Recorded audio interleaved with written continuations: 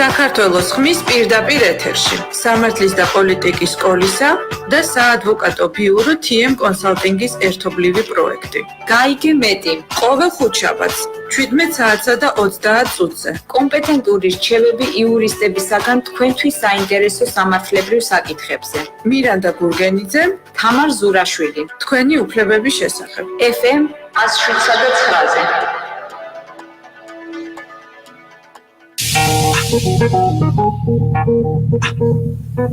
მოგესალმებით ძვირფასო რადიო მსმენელებო, მცირეხნიანი საზაფხულო ტაიმ-აუტის შემდეგ საქართველოს ხმის პირდაპირ ეთერშია გადაცემა იცოდე კანონი. გადაცემა, რომელიც ცდილობს გააშუქოს აქტუალური სამართლებრივი პრობლემები, ის საკითხები, რომლებიც საზოგადოების ფართოწრისათვის საკმაოდ ინტერესის მომცველია. მაგალითად, როგორც იყო ჩვენს წინა გადაცემებში, შესვენებამდე, რაზეც საუბრობდით, ცესხის ხელშეკრულება, იპოთეკის ხელშეკრულება, მემკვიდრეობა, საოჯახო დავები, ქორწინება და განქორწინება, ბინადრობის საკითხები და ასე შემდეგ. ამჟამადაც ვარ წარმოდგენილი ძალიან საინტერესო სტუმრით და ძალიან საინტერესო თემით. ტრადიციულად წამყვანები გახლავართ მირანდა გურგენიძე და თამარ ზურაშვილი. და თამარ გაგვაცანი სტუმარი, გაგვაცანი თემა და განუმარტოთ ჩვენს მსმენელს, რატომ არის ეს თემა ესოდენ საინტერესო საქართველოს მოსახლეობისთვის და არა მარტო. პირველ რიგში ჩვენს რადიო მსმენელებს მივესალმებით ჩვენს სტუმარს. მსმენელს შევახსენოთ, რომ ჩვენი დღევანდელი გადაცემის სტუმარია იურისტი, სამართლის დოქტორი, თბილისის საკრებულოს ანალიტიკოსი, მწერალთა კავშირის და გამომცემლობა მერანის იურისტი, ბატონი ირაკლი შამათავა და როგორც აღნიშნე მირანდა, ჩვენი დღევანდელი გადაცემის თემა გახლავთ პირგასამტეხლო. ჩვენ იურისტებმა ძალიან კარგად ვიცით, რომ პირგასამტეხლო არის სამოქალაქო სამართლის უმნიშვნელოვანესი ინსტიტუტი, რომელიც წარმოადგენს ვალდებულების უზრუნველყოფის დამატებით საშუალებას და სწორედ პირგასამტეხლოს ინსტიტუტის მეშვეობით ურთიერთობის მონაწილე მხარეს აქვს განცდა და მოლოდინი იმისა, რომ თუ ის ჯეროვნად არ შეასრულებს მასზე დაკისრებულ ვალდებულებას, მას დაეკისრება დამატებითი ფინანსური პასუხისმგებლობა. პირგასამტეხლოს ინსტიტუტი მნიშვნელოვანია იმდენადაც, რამდენადაც გვაქვს, როგორც ჩვენთვის ცნობილია, ახალი საკანონმდებლო ცვლილებები, რაც თავის მხრივ გამოიწვია სესხის ინსტიტუტთან დაკავშირებით განხორციელებულმა საკანონმდებლო ცვლილებებმა. მოდი ირაკლი, ჩვენს მსმენელს ვესაუბროთ ზოგადად, რა არის პირგასამტეხლო, მოკლე მიმოხილვა და შემდეგ უკვე კონკრეტულ შეკითხვებზეც გადავიდეთ. მოგესალმებით, მივესალმებით ძვირფას რადიო მსმენელს და პირველ რიგში გზას დავულოცავ ამ პროექტს წარმატებას ვუსურვებ ამდენადაც ეს ხმა ზოგადად სამართლებრივ სივრცეში ძალიან მრავლის მთქმელი არის და თქვენ აკეთებთ იმ საქმეს, რაც უდაოდ აქტუალური არის და მრავლის მთქმელი თანამედროვე იურისპრუდენციაში. თემას რაც შეეხება პირგასამტეხლოს ინსტიტუტი აქტუალობას ვერაზროს ვერ დაკარგავს, ამდენადაც ყველა სახელშეკრულებოთ ვალდებულებით ურთიერთობაში ვიყენებთ ჩვენ მას როგორც უზრუნველყოფის მოთხოვნის უზრუნველყოფის დამატებით საშუალებას. რას ნიშნავს ეს მარტივი რო ვთქვათ, პირგასამტეხლოს ფუნქცია არსებითად მდგომარეობს იმაში, რომ მოახდინოს მხარეთა ურთიერთმოლოდინის ეგრეთ წოდებული დაზღვევა. უფრო მარტივადაც რომ ვთქვათ, ხელშეკრულების მხარე, როდესაც წარმოდგენილი არის კრედიტორისა და მოვალის სახით, მათი ურთიერთობის ბალანსისთვის პირგასამტეხლოს აქვს ძალიან დიდი ფუნქცია. პირველ ყოვლისა, ის ახდენს, ანუ არსებობს სამართლებრივ სივრცეში ასეთი შეხედულება, რომ ერთის მხრივ არის როგორც სტიმულირებისთვის განკუთვნილი ინსტიტუტი, ასევე მეორეს მხრივ არის იძულებითი მექანიზმის მქონე ინსტიტუტი. ორივე შემთხვევაში იქნება ეს იძულება თუ სტიმულირება, პირგასამტეხლო ასრულებს იმ ფუნქციას, რომ მხარეებს ერთმანეთის მიმართ ურთიერთმოლოდინი წინასწარვე აქვთ განსაზღვრული. ანუ კრედიტორმა იცის, რომ თავაზობს ის ხელშეკრულების მეორე მხარეს იმ პირობას, რომელიც შესასრულებლად არის სავალდებულო, ხოლო მოვალემაც იცის, რომ ზოგადი ვალდებულებითი პრეზუმპციიდან სამოქალაქო კოდექსის 371 მუხლიდან ყოველი ვალდებულება უნდა შესრულდეს კეთილსინდისიერად, ჯეროვნად დათქმულ დროსა და ადგილას. სწორედ ეს პაკეტი, ანუ შესრულებისადმი წახალისება და შესრულების დროულობა განაპირობებს იმას, რომ პირგასამტეხლო ფიზიკურად არ იმოქმედებს, სანამ სახელზე არ იქნება დარვა. და ვიდრე დანარჩენი კითხვაც გვექნება, ერთი რამ არის ყველაზე მთავარი პირგასამტეხლოსთვის. არსებობდეს რეალური დარღვევა. სანამ არ არსებობს დარღვევა, რასაკვირველია მხარეები ერთმანეთის მიმართ არიან კეთილგანწყობილი. მათ ერთმანეთთან აქვთ მეტი რიგი, მეტი ურთიერთპატივისცემა, მაგრამ საკმარისი არის მხარეებს შორის გაჩნდეს ოდნავი ხარვეზი, არ შესრულდეს თქვა კონკრეტული ვალდებულება, კონკრეტულ ადგილას, კონკრეტულ დროს და ასე შემდეგ. ეს რასაკვირველია წარმოშობს ამ ინსტიტუტის მომენტალურ ამოქმედებას. და კიდევ ყველაზე მთავარი ის არის, რომ ზიანი ამ შემთხვევაში არის ძალიან განზოგადებული. პირგასამტეხლო აუცილებლად შესრულებადი ხდება იმის მიუხედავად, მხარემ რა სახის ზიანი მიიღო, ამიტომ მას მტკიცება არ ჭირდება საიმისოდ, რომ მიიღო მან კონკრეტული ზიანი ამ შეუსრულებლობიდან თუ არ მიიღო. უბრალოდ ის ფიქსაცია, რაც მხარეებს შორის მოხდა, ეს არის აუცილებლად შესაძლებელი და პირგასამტეხლო მაშინ ასრულებს თავის მოქმედებას, როდესაც პირვანდელ ურთიერთობას აღადგენს. და ამ მხრივ ზუსტად ეს არის, რომ რესტიტუციული ფუნქციის მატარებლად გვევლინება პირგასამტეხლო. ირაკლი, ჩვენ იურისტები ვართ და პირგასამტეხლოს რეგულაციებთან შეხება მეტნაკლებად ყველას გვაქვს. ზოგი სამეცნიერო კუთხით, ზოგს პრაქტიკული თვალსაჩინით, ზოგს ორივეს ერთად. მე მაინტერესებს მენელისთვის გასაგები რომ იყოს პირგასამტეხლოს მუხლის ჩადება ხელშეკრულებაში არის თუ არა აუცილებელი და პირგასამტეხლო, როგორც მოთხოვნის დამატებითი უზრუნველყოფის საშუალება, აუცილებელია თუ არა გაფორმდეს წერილობითი ფორმით. თუ ჩვენ შეგვიძლია შევჯერდეთ მე და შენ, მოდი იცი შენი უფლებები რომ არ დაიღოს, მე რა ჩემს ვალდებულებებს არ შევასრულებ, შენ დაგეკისრება კონკრეტული სახის ეს საკმარისია ზეპირის შეთანხმება მხარეთა შორის? დიდი მადლობა, ზუსტად იცოდე კანონის იმდენად კარგი სათაური აქვს თქვენს გადაცემას, რომ ზუსტი კითხვა არის. მხარეებს ყოველთვის გონიათ ხშირ შემთხვევაში, რომ პირგასამტეხლო არის ძალიან მარტივი, ანუ ეს მარტივად მიღწევადი სახელშეკრულებო თუ ვალდებულებითი პაკეტი. ამ დროს კითხვას რომ ზუსტად უპასუხოთ, მისი ფორმასავალდებულოობა არის პირდაპირ გაწერილი. თუ მხარეები წინასწარ არ შეთანხმდებიან 327-319 მუხლები რომ ვახსენოთ სამოქალაქო კოდექსიდან, ყველა არსებით პირობაზე უნდა შეთანხმდნენ. და მათ შორის ყველაზე მთავარი პირობა არის გარდა იმისა, რომ ხელშეკრულებაში არის თქვათ შესრულების ვადა, შესრულების თანხა და ასე შემდეგ, ამ არსებითი პირობების თან დგას ზუსტად პირგასამტეხლო, რომელიც აუცილებლად წერილობითი ფორმით უნდა იყოს. რომ არა ეს ფორმასავალდებულოობა, მაშინ ჩვენ მივდივართ ფორმის გარეშე დადებულ გარიგებებთან, რომელიც რა თქმა უნდა ბათილი არის და თუ კი მხარეებმა ხელშეკრულების დადების დროს წინასწარვე არ განსაზღვრეს ის ფორმა, რომელიც არის კანონმდებლისგან მკაცრად განსაზღვრული, ანუ წერილობითი ფორმა, ამ პირობის შეუსრულებლობის შემთხვევაში, რა თქმა უნდა, მხარე ვერ მოითხოვს პირგასამტეხლოს შესრულებას. და ზუსტადაც ყველა მოქალაქემ უნდა იცოდეს, ანუ არა მარტო იურისტებმა, არამედ ყველა სივრცეში ჩვენ გვჭირდება ხელშეკრულება, იმიტომ რომ ხელშეკრულება ჩვენ შეიძლება წარმოგვეშვას ნებისმიერი სამართალ ურთიერთობიდან. იქნება ეს შრომითი ურთიერთობა, საავტორო, ნებისმიერი სახელშეკრულება, ვთქვათ, იპოთეკა, გირავნობა, სესხი, უზრუფუნქტი თუ ასე შემდეგ. ელემენტარულად შესყიდვები, რომელიც ყველაზე პოპულარული არის დღეს, ყველა ურთიერთობაში არის პირგასამტეხლო. თუმცა ახალი რეგულაციის შემდეგ უნდა მოხდეს ამ პირგასამტეხლოს გადასინჯვა, იმიტომ რომ კანონმდებელმა მოახდინა მისი შემცირება. 625 მუხლს, რომელსაც თამარ თქვენ კითხვა დასვით, ზუსტად იქ არის, რომ შეიცვალა მიდგომა პირგასამტეხლოს კალკულაციასთან მიმართებით. ანუ ეს ეხება უბრალოდ არ მინდა შეცდომაში შევიდეს მსმენელი, მხოლოდ სასესხო ურთიერთობასთან მიმართებით. სხვა შემთხვევაში უკვე უნდა ვისაუბროთ ჩვენ თუ ის ზღვარი, რომელიც არ დაიცვა მხარეებმა, ამ შემთხვევაში უკვე სასამართლოს დისკრეციაზე უნდა ვისაუბროთ, როცა შეუსაბამობის კრიტერიუმს ადგენს სასამართლო. ანუ 625 მუხლის ახალმა რეგულაციამ ასეთი რამ გვითხრა, რომ სესხის ძირითად ნარჩენ თანხაზე შესაძლებელი არის 0.27%-ის დარიცხვა და პირგასამტეხლო, რომლის ძალიან ბევრი ფორმა არის ქართულ კანონმდებლობაში, იქნება ეს ჯარიმის სახით ცნობილი საურავის, ექსკლუზიური იქნება, ალტერნატიული იქნება, თუ ასე შემდეგ. ეს ფორმები ხო პირგასამტეხლოს ამაზე ალბათ სასურველია. ამ 625 მუხლმა გვითხრა მნიშვნელოვანი რამ, ანუ ფაქტობრივად თუ სხვა სახელშეკრულებულ ურთიერთობაში მხარეებს მიანდო შეთანხმება ნებათა თავისუფლება 625 მუხმა მკაცრად განსაზღვრა, რომ სასესხო ურთიერთობაში განაკვეთი არის სესხის ნარჩენ ძირთანხაზე.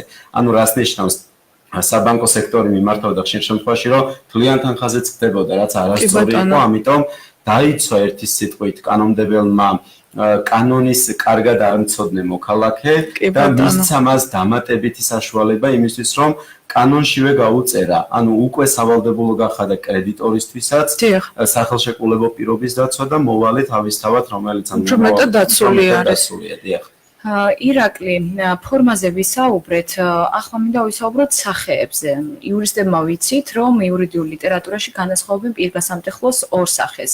ნუ კანონის მიერ და სახელშეკრულებო პირგასამტეხლოს. რას ნიშნავს თითოეული მათგანი მოქალაქეებს რომ განვუმარტოთ? მათ რომელთან ექნებათ უფრო მეტად შეხება? შეხება უფრო რომელთან აქვთ ხოლმე როგორც წესი.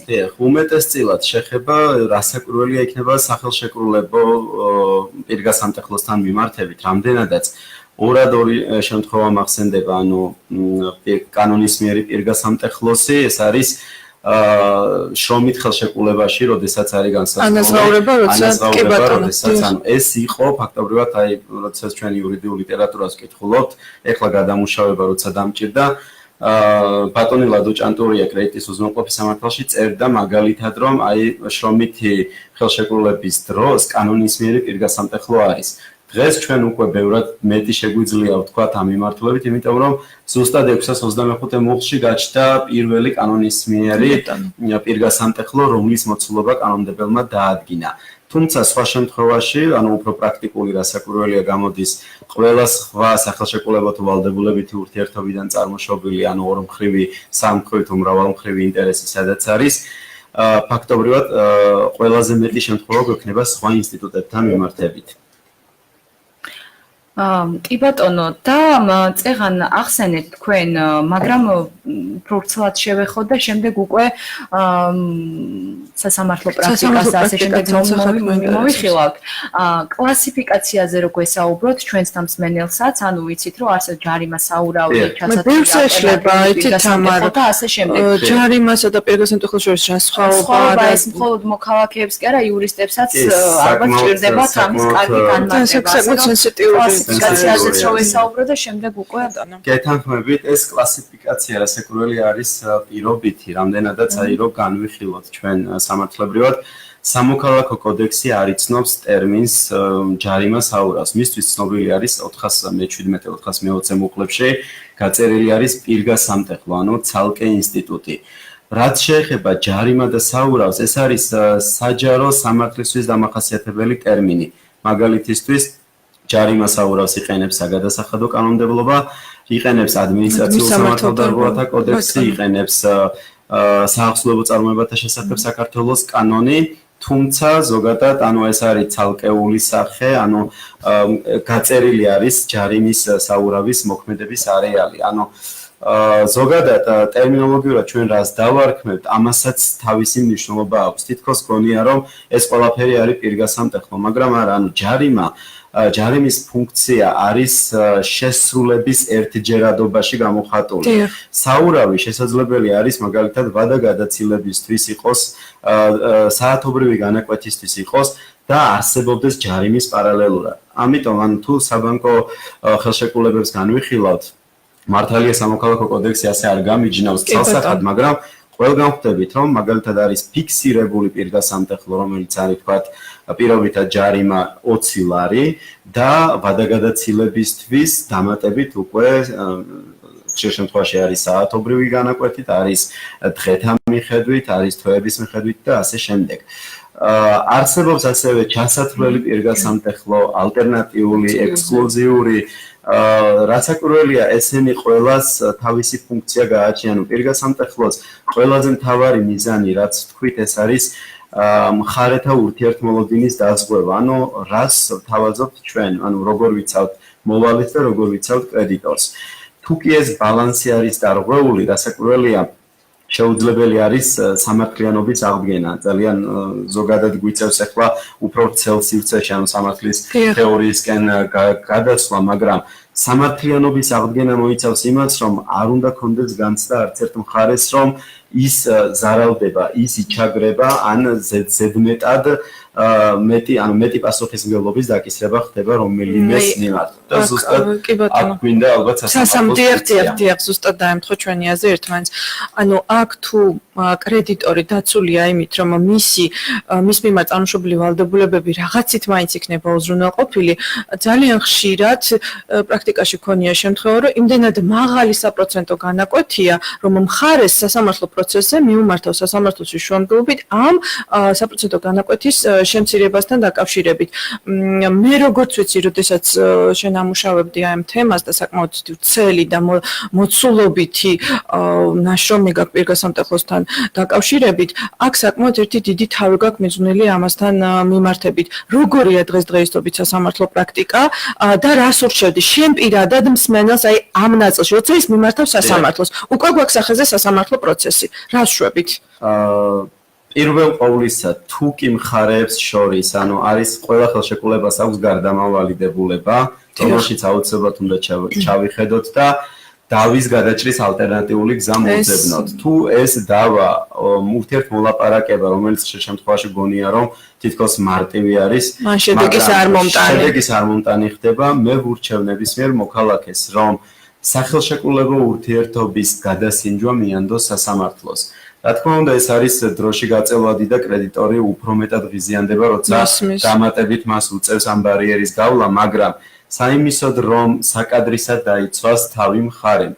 არა მხოლოდ მოვალე, მაგრამ ორ მხრივად ვიძახი, ამისთვის ამ ბალანსის დასაცავად ზუსტად გჭირდება შუამავლად სასამართლო, რომელმაც უნდა თქვას, რასთან არის შესაბამისობაში ან შეუსაბამობაში დადგენილი პირგასამტეხლოს მოცულობა. რომ არ კონდეს 420 მუხლი სამოქალაქო კოდექსში, უნდა ჩავთვალოთ ჩვენ იურისტებმა, რომ ძალიან დიდი თარეში იქნება ორმხრივ ურთიერთობაში. რას ნიშნავს ეს, რომ რასაც გვინდა იმას დავწერთ და გამოდის, რომ სასამართლოს არ მივცემდით ჩვენ იმის უფლებას, რომ ჩაერიოს, გადასინჯოს, ეგრეთ წოდებული გადასინჯვა მოახდინოს, რამდენად ეთიკური არის ეს ხელშეკრულება, რამდენად არის გამართული და ხომ არის, ოდესაც კრედიტორი იყენებს თავის დომინირებულ მდგომარეობას, ბაზარზე გაბატონებული არის. შესაძლებელია არ იყოს ის შესაძლებლობა, რომ სხვა ალტერნატიული კომპანია არ არსებობდეს, რომელთანაც მხარე აირჩევს ურთიერთობას და ეს რასაკვირველია, სხვათა შორის როცა ვამუშავებდი თემას, გერმანიაშიც და საფრანგეთშიც არის ერთნაირი მიდგომა. თუ კი ვლინდება, რომ კრედიტორი იყენებს თავის უფლებამოსილებას ბოროტად, საიმისოდ, რომ მხოლოდ თვითონ მარტოვე მას მიადგეს სარგებელი, ეს რასაკვირველია ხდება ამ პირგასამტეხლოს გადასინჯვის საფუძველი. და ყველაზე მთავარი ის არის, რომ როდესაც მიდის გადასინჯვა, აი კრიტიკას იმსახურებს, როდესაც სასამართლოს არ აქვს ერთგვაროვანი მიდგომა. ის არის საქართველოში ინდივიდუალურად განსაზღვრას. აი საფრანგეთის მაგალითს თუ ვიტყვით, სტანდარტულად 5%-ზე მეტი არ არის იქ პირგასამტეხლო. ანუ რო გადაისინჯება, თუ ისეთი არის ძალიან დარღვევა, 5%-ზე მეტს არ არიცხავს ძირითადი ვალდებულებიდან. მაგრამ ქართულ რეალობაში ვიძახი, როდესაც მიუმართავთ ჩვენ სასამართლო თავისი შინაგანი რწმენით, რაზეც არის ზოგადად გადაწყვეტილება აღებული, ამბობს, რომ შეუსაბამო არის, თუმცა განმარტება, რასთან შეუსაბამო არის ეს პირგასამტეხლო. უზენაესის პრაქტიკა არ გვადგება ამ შემთხვევაში, რომელსაც მართალია სავალდებულო ხასიათი არ აქვს, მაგრამ სარეკომენდაციო. სარეკომენდაციო, დიახ, რასაკვირველია, იმ უზენაესის პრაქტიკას კარგი ადვოკატი მომენტალურად უთითებს სარჩელშივე და უკვე ერთი სიტყვით ნიშნავს, რომ ადვოკატი ძალიან მომზადებული არის და სასამართლოს აფხიზლებს ამ თავისი ინფორმირებულობით. მაგრამ ვერ ვიტყვი, რომ ხშირ შემთხვევაში იცავენ, იმიტომ რომ უამრავი პირადი პროცესი მქონია სასამართლოზე, როდესაც პირგასამტეხლო არის სიმბოლურად გადასინჯული. ვიღაცისთვის არის 10-ჯერ ნაკლები მისაღები, ვიღაცისთვის 20-ჯერ მისაღები. თუმცა შეცდომაში რო არ შევიყვანოთ მსმენელი, ნუ გვეგონება, რომ პირგასამტეხლოს აბსოლუტური გაუქმება შეუძლია სასამართლოს.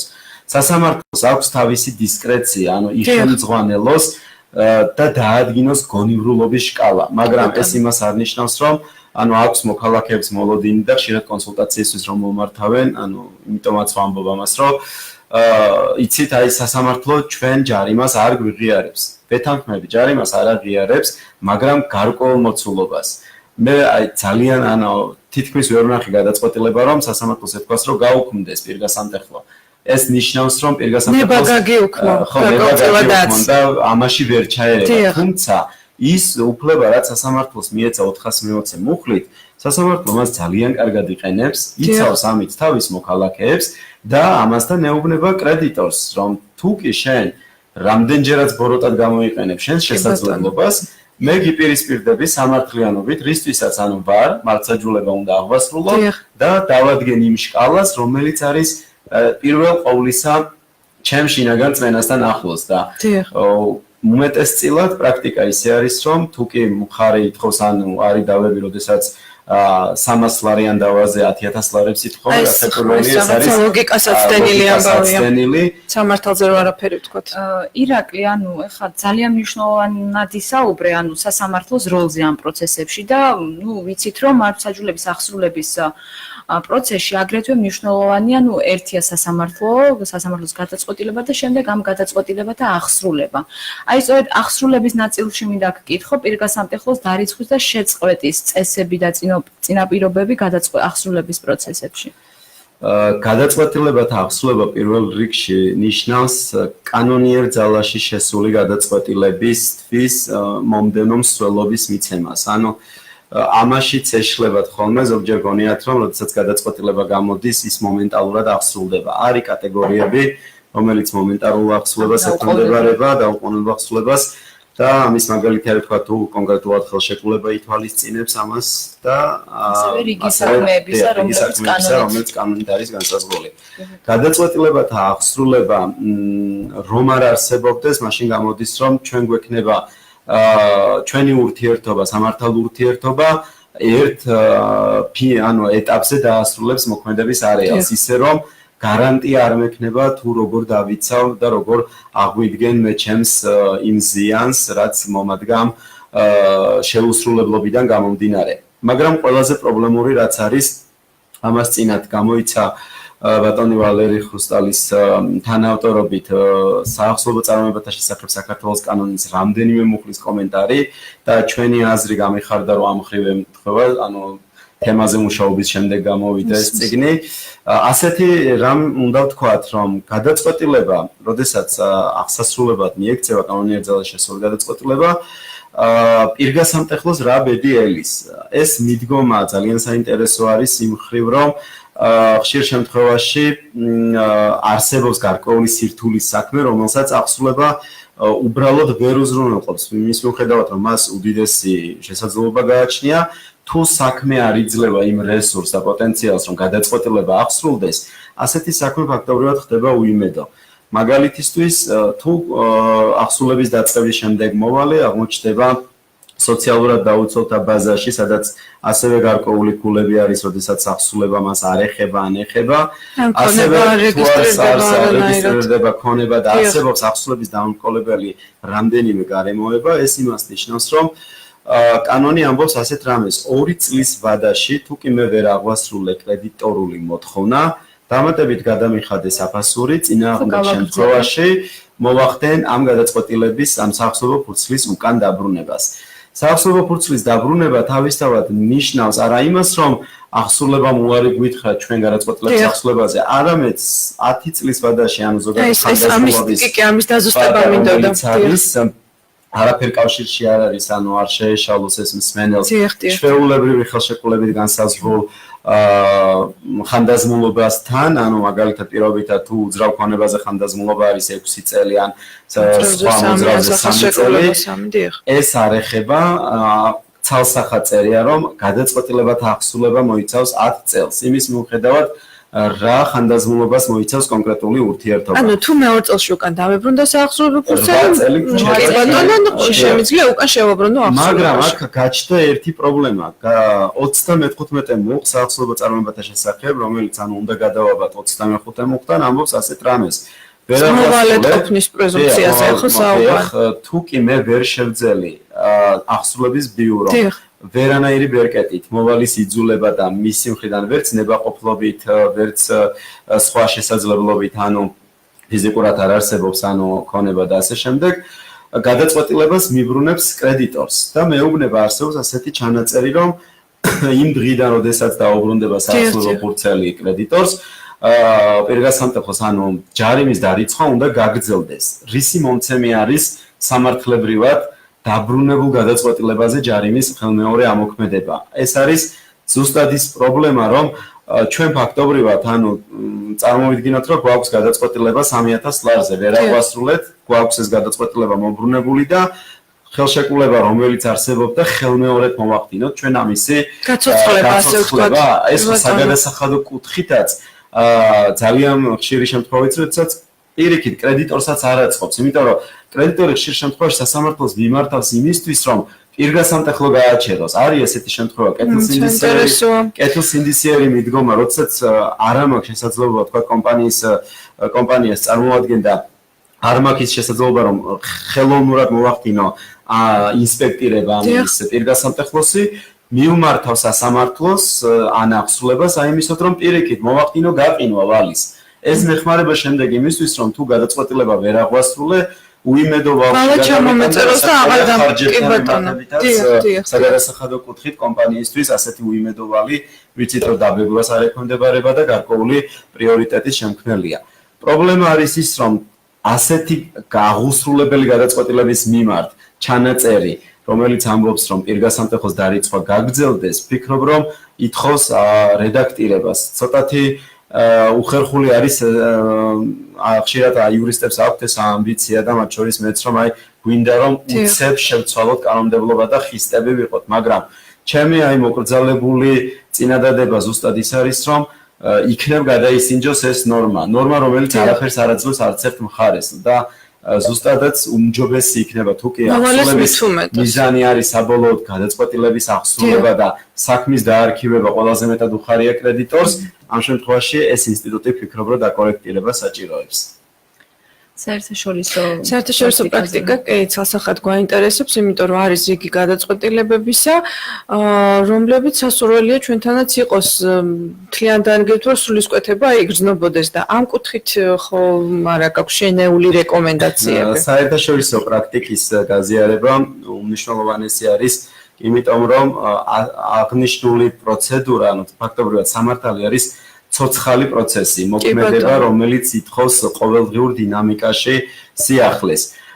პრაქტიკა, რომელიც არის საერთაშორისო გადაწყვეტილებებში, რასაკვირველია, დღესაც სასიხარულო არის ზუსტად ის, რომ ძალიან ბევრ გადაწყვეტილებას ვკითხულობ, თქვათ ქალბატონ ქეთევან მესხიშვილს, ნუნო კვანტალიანს და ასე შემდეგ ამათ გავიხსენებ, სადაც პირდაპირ არის მითითება და გაზიარება ევროპული კანონმდებლობიდან როგორ ხდება საკითხისადმი მიდგომა. ჩვენ თუ კი შევადარებთ ზოგადად ის სტანდარტი, რომ 625 მუხლში რაც არის განაწესი 0.27%, ეს არის რაღაც 3 თვის ნორმა. დისერტაციაზე მუშაობის პერიოდში ეს ნორმა იყო ორჯერ დიდი. შემდეგ სარეკომენდაციო წინადადება ჩემი იყო, რომ პირიქით უნდა შემცირდეს პირგასამტეხლოს მოცულობა და ივნისიდან სექტემბრამდე პერიოდში გადამუშავდა ეს 625 მუხლი ხელმეორედ და მიხვდა კანონმდებელი, რომ საწყისშივე მას არ უნდა დაედგინა პირგასამტეხლოს ის მოცულობა, რაც სტიმულირებას მოახდენდა საკრედიტო კომპანიების, კავშირების და ასე შემდეგ, იმიტომ რომ გასაღები, ხშირ შემთხვევაში თუ კი პროცენტთან რეგულაცია კანონმა მოახდინა, კომპანიებმა იფიქრეს, რომ იქნებ პირგასამტეხლო არის ის ინსტიტუტი, სადაც შესაძლებელი არის მოვალე მაქსიმალურად გავხარჯოთ. და კანონმდებელმა ერთდროულად იფიქრა ძალიან კარგადაც მივესალმები ამას, რომ როგორც საპროცენტო განაკვეთთან მოახდინა რეგულაცია, ასევე პირგასამტეხლოს ნაწილში და 625 მუხლი რო გადავხედოთ ფაქტობრივად 3 ხაზი რო იყო, ფაქტობრივად ერთი წინადადებაც კი არ იყო ნორმა, დღეს არის დაახლოებით 9 გვერდზე საკითხავი და ის საერთაშორისო პრაქტიკა ზუსტად იმას ვამბობ, რომ მისასალმებელი არის გავიზიაროთ, იმიტომ რომ ზუსტად საერთაშორისო სტანდარტი ამბობს შკალას, კოეფიციენტს, რომელსაც ისინი არ ცდებიან, ანუ მათ აქვთ წინასწარ